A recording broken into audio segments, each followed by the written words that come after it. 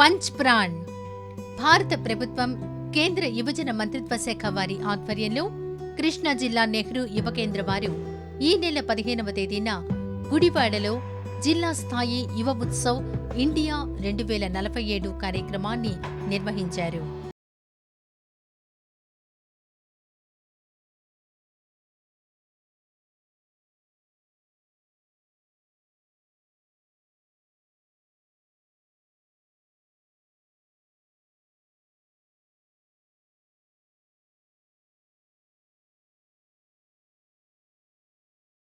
లోని భిన్నత్వం, పౌరుల మధ్య ఏకత్వం, లింగ సమానత్వం గురించి సంబరాలు చేసుకుంటూ సహకార సమాఖ్యవాదం, పరిశోధన మరియు ఆవిష్కరణ కోసం కొత్త సంకల్పంతో ముందుకు సాగాల్సిన సమయం ఇది. అమృత్ కాల్ అనే పదాన్ని మొదటిసారిగా 2021లో 75వ స్వాతంత్ర్య దినోత్సవ వేడుకల సందర్భంగా ప్రధాని మోదీ ఉపయోగించారు. తరువాత 25 ఏళ్ల పాటు దేశానికి కొత్త రోడ్ మ్యాప్ను ఆవిష్కరించారు.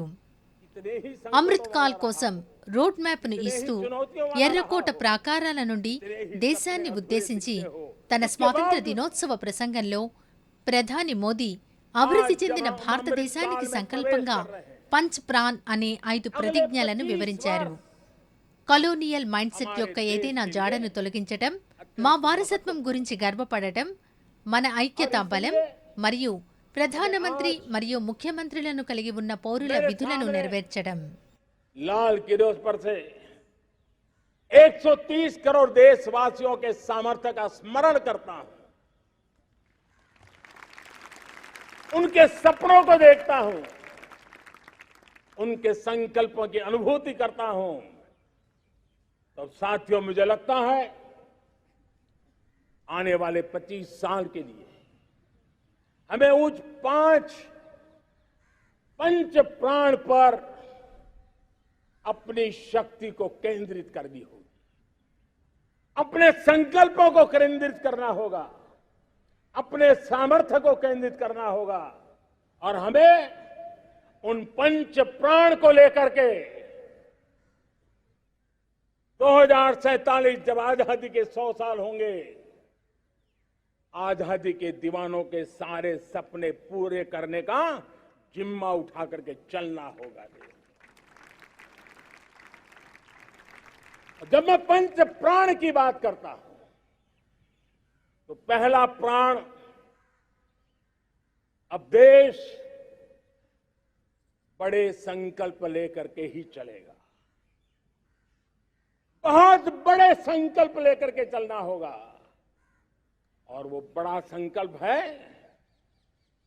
विकसित भारत. अब उससे कुछ कम नहीं होना चाहिए, बड़ा संकल्प. दूसरा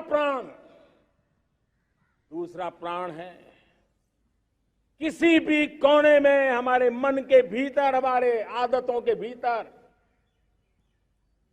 गुलामी का एक भी अंश अगर भी अभी भी है तो उसको किसी भी हालत में बचने नहीं देना. अब 100%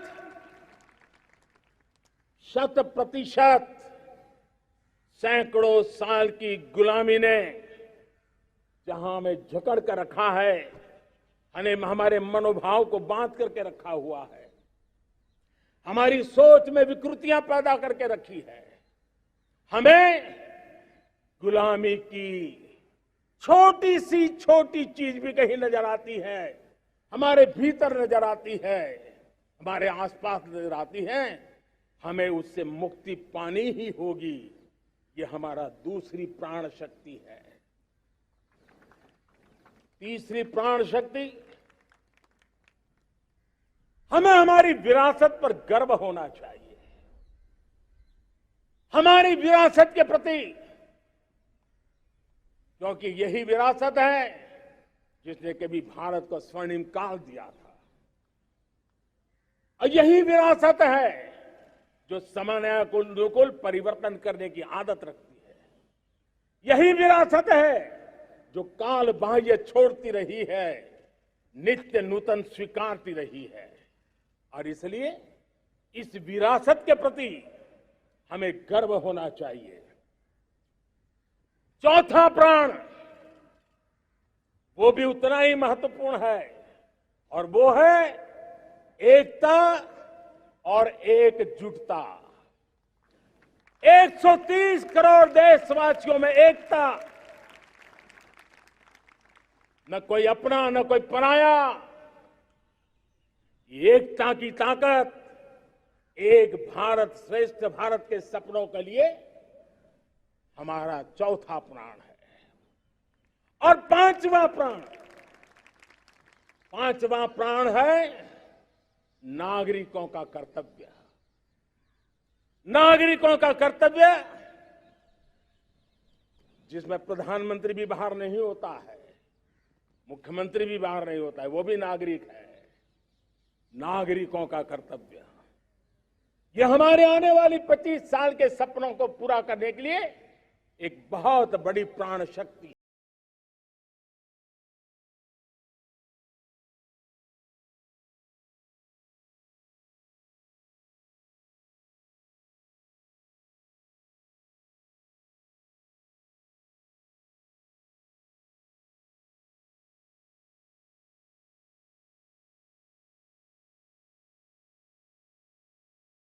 యువ రచయితలు talent hunt, poem, photography talent hunt,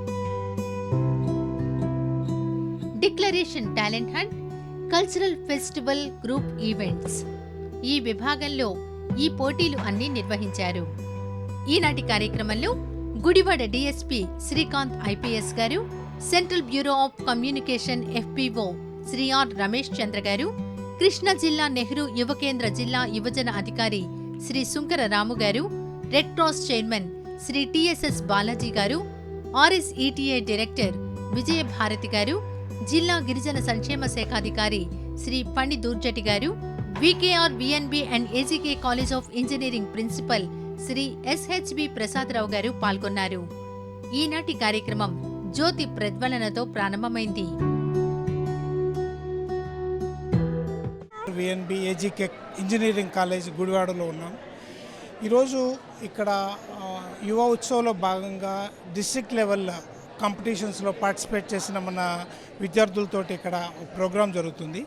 ఈ ప్రోగ్రాంలో మన భారతదేశ ప్రధాని 5 ప్రతిజ్ఞలు మనకు ఏదైతే పిలుపునిచ్చారో 2047 సంవత్సరానికల్లా భారతదేశం ఎలా ఉండాలి, అభివృద్ధి ఎలా సాగాలి, దాంట్లో యువ పాత్ర ఏంటి, దీని మీద భారతదేశ ప్రధాని నరేంద్ర మోడీ ఇచ్చిన పిలుపు మేరకు కాంపిటీషన్స్ ఇక్కడ నిర్వహించారు. ఇక్కడ నిర్వహించిన కాంపిటీషన్స్ని వీటిలో విన్నర్స్ని స్టేట్ లెవెల్ కాంపిటీషన్స్లో, తర్వాత నేషనల్ కాంపిటీషన్స్లో పార్టిసిపేట్ చేసేలాగా ఇక్కడ ఈవెంట్స్ జరిగాయి. ఇప్పుడు దీనిలో భాగంగా సెంట్రల్ బ్యూరో ఆఫ్ కమ్యూనికేషన్ మనకు ఇక్కడ ఎగ్జిబిషన్ ఒకటి ఏర్పాటు చేసింది, బుక్స్ ఎగ్జిబిషన్.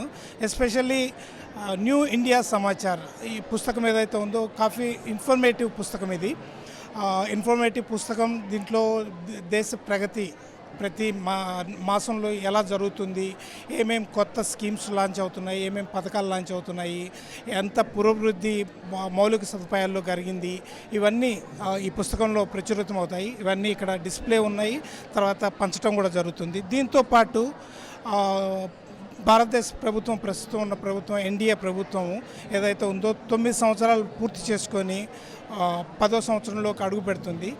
ఈ సందర్భంగా కూడా ఇక్కడ 9 సంవత్సరాలు జరిగిన ప్రగతి, దేశ ప్రగతి, దాంట్లో జరిగిన మన పురోభివృద్ధిని గురించి తెలియజేస్తూ డిఫరెంట్ చార్ట్స్, పిక్చర్స్ ఇవన్నీ చూపిస్తూ ఒక పుస్తకాన్ని కూడా ఇక్కడ ఆవిష్కరించడం జరుగుతుంది, తెలుగు పుస్తకం.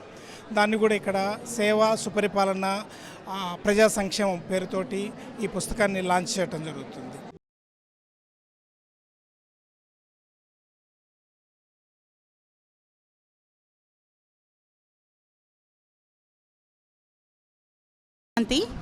నేను డాక్టర్ శోభనాద్రి సిద్ధార్థ నర్సింగ్ కాలేజ్లో అసిస్టెంట్ ప్రొఫెసర్గా పనిచేస్తున్నాను. ఈరోజు మేము ఇక్కడ యువ ప్రోగ్రామ్కి బ్లడ్ డొనేషన్ అవేర్నెస్ క్రియేట్ చేయడానికి వచ్చాము. బ్లడ్ డొనేషన్ అనగానే చాలామందికి చాలా అపోహలు ఉంటాయి, చాలా డౌట్స్ ఉంటాయి. అవన్నీ క్లియర్ చేద్దామని ఇక్కడ మా నర్సింగ్ స్టూడెంట్స్తో తీసుకుని వచ్చానండి. బ్లడ్ డొనేషన్ అనేది ఆడవాళ్ళు మరియు మగవాళ్ళు కూడా సమానంగా ఇవ్వచ్చు. ప్రెగ్నెంట్ లేడీసు ఇంకా పాలిచ్చే తల్లులు మటుకి ఇవ్వకూడదు. ఇంకా బ్లడ్ డొనేషన్ వల్ల మనకి చాలా లాభాలు ఉన్నాయి. అవేంటంటే మనకు క్యాన్సర్ని, ఇంకా రక్త ప్రెషర్ని ఇంకా అన్నీ తగ్గిస్తాయి వాటి వల్ల. ఇంకా హిమోగ్లోబిన్ లెవెల్ అనేది 12.5% ఉండాలి మనకి. మినిమం మన బాడీ వెయిట్ ఎంత ఉండాలంటే 45 కేజీలు మటుకి ఉండాలి.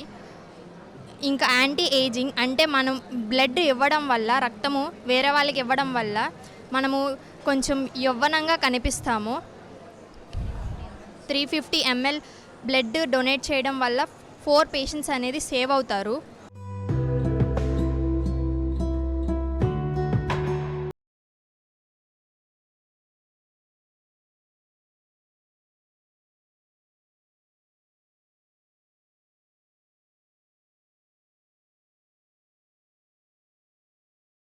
ముందుగా గుడివాడ డిఎస్పీ శ్రీకాంత్ ఐపీఎస్ గారు మాట్లాడుతూ, అంటే అతను ఎక్స్ట్రా క్వాలిఫికేషన్ ఉండాలి, అవునా కదా?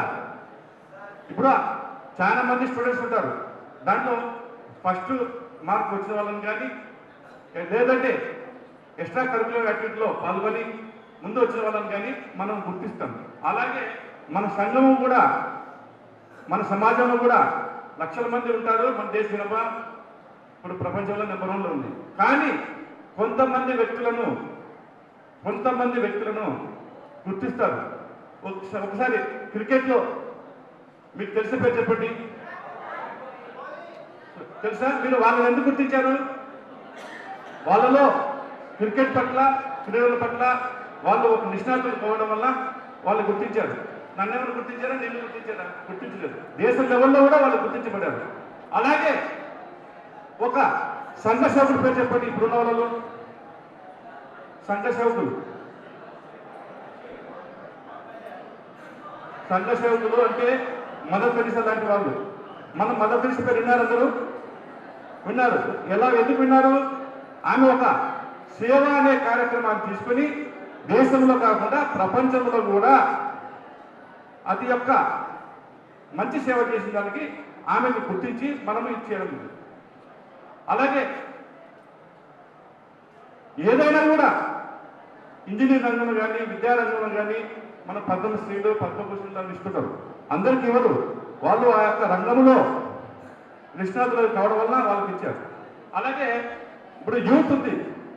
యూత్ అంతా చదువు పురుగులు అయిపోయారు. వాళ్ళలో కూడా మనోవికాసము, ఆల్రౌండ్ డెవలప్మెంట్ కావాలంటే కళలు, క్రీడలు కూడా అవసరం అని గుర్తించి మన సెంట్రల్ గవర్నమెంట్ వారు మన ఈ యొక్క ప్రోగ్రాము ఏర్పాటు చేయడం జరిగింది. Central Bureau of Communication FPO Shri R Ramesh Chandra గారు మాట్లాడుతూ, సంవత్సరాల స్వాతంత్రం జరుపుకుంటుంది.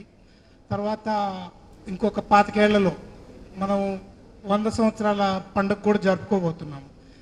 ఈ 100 ఏళ్ల సంవత్సరంలో మీరందరూ ఏ ఏజ్లో ఉంటారో ఒకసారి ఊహించుకోండి. మీరు ఊహించుకున్న తర్వాత ఆ రోజు భారతదేశం ఎలా ఉండాలో అది కూడా ఊహించుకోండి. ఈ రెండు ఊహించుకున్న తర్వాత మీరు ఈ రోజు నుంచి చేయాల్సిందేంటో ఈ 5 ప్రతిజ్ఞలు మనకేం చెప్పుకున్నారు. అందరూ ఐక్యమత్యంగా ఉండడం, బానిస ఆలోచనల నుంచి బయటకు రావడం, తర్వాత ఒక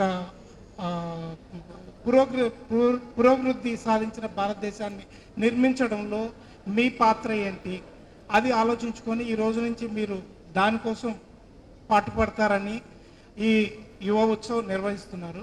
ఈ యువ ఉత్సవం నిర్వహిస్తున్న నెహ్రూ యువ కేంద్ర వారికి, తర్వాత యువజన సర్వీసులు, క్రీడల మంత్రిత్వ శాఖ వారికి కృతజ్ఞతలు తెలియజేస్తూ, రేపు భారతదేశానికి మీరు టెక్నికల్ ప్రొవెస్ ఏంటన్నది మీరే చెప్తారు. ఈరోజు అందరు ఇంజనీరింగ్ చేస్తున్నారు. ఇంకో 2-3 ఏళ్ళలో మీరు అందరూ ఎక్కడో దేశ విదేశాల్లో స్థిరపడతారు. ఎక్కడున్నా మీరు మన భారతదేశానికి రాయబారులు. అది గుర్తుపెట్టుకోండి. 1. నెంబర్ 2, రేపు 21వ తేదీన మనం యోగా ఉత్సవం జరుపుకుంటున్నాం, యోగా దినోత్సవం. అందులో కూడా అందరూ పార్టిసిపేట్ చేయండి. తర్వాత నెక్స్ట్ ఇయర్ మనం అందరం ఒక ప్రభుత్వాన్ని ఎన్నుకోవాలి. మీ ఓటు హక్కును మీరు వినియోగించుకోండి. ఒక బాధ్యతాయుత ప్రభుత్వాన్ని ఎంచుకోవటంలో మీ పాత్ర, యువ పాత్ర చాలా ఉంది. అది కూడా ఒకటి దృష్టిలో పెట్టుకోండి. కృష్ణా జిల్లా నెహ్రూ యువకేంద్ర జిల్లా యువజన అధికారి శ్రీ సుంకర రాము గారు మాట్లాడుతూ, నెహ్రూ యువ కేంద్ర అనేది 1970 నుండి స్టార్ట్ అయ్యి ఇప్పటి వరకు అనేక కార్యక్రమాలు చేస్తూ వస్తున్నాం మనం. దానిలో భాగంగానే మనం ఆజాదీ కా అమృత మహోత్సవం కార్యక్రమం జరుపుకున్నాం.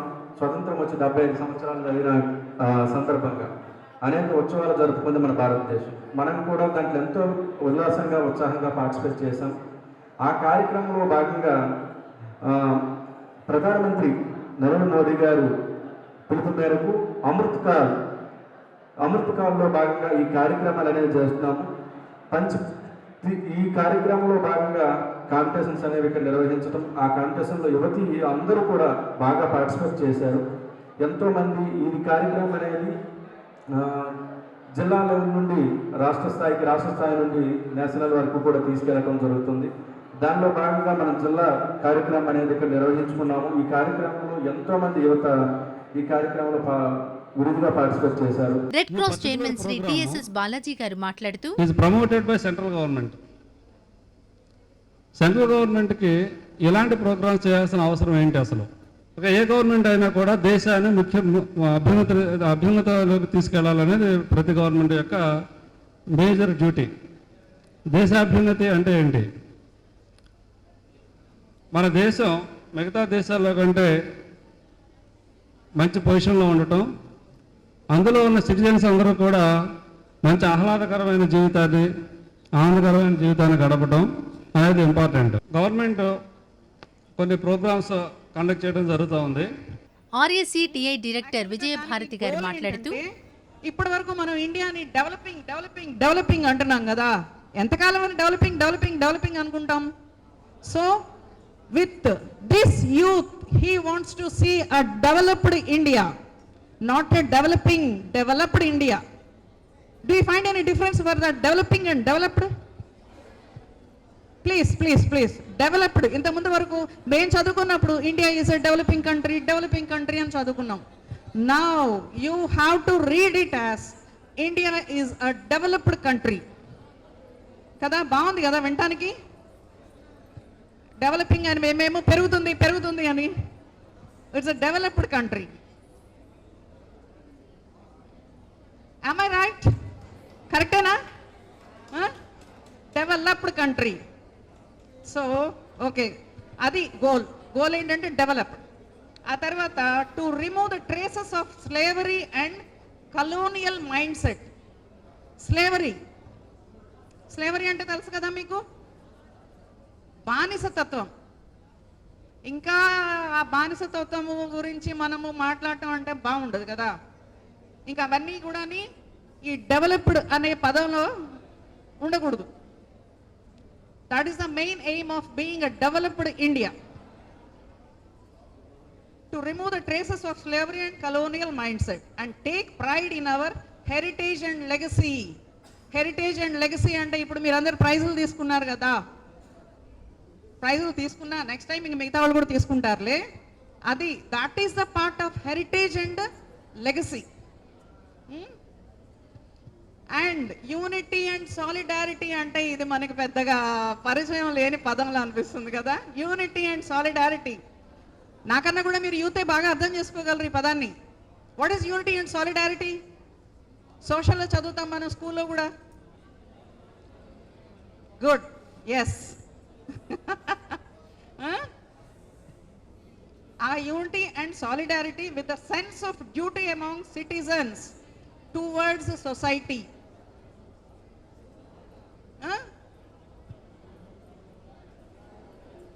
అంతే కదా, society towards society we should have some duty towards the society, being a human being of this society.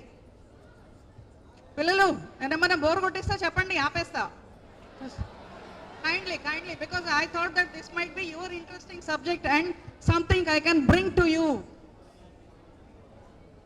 ఎందుకంటే క్లాస్లో ఎటు పాఠాలు వింటూ ఉంటారు కదా.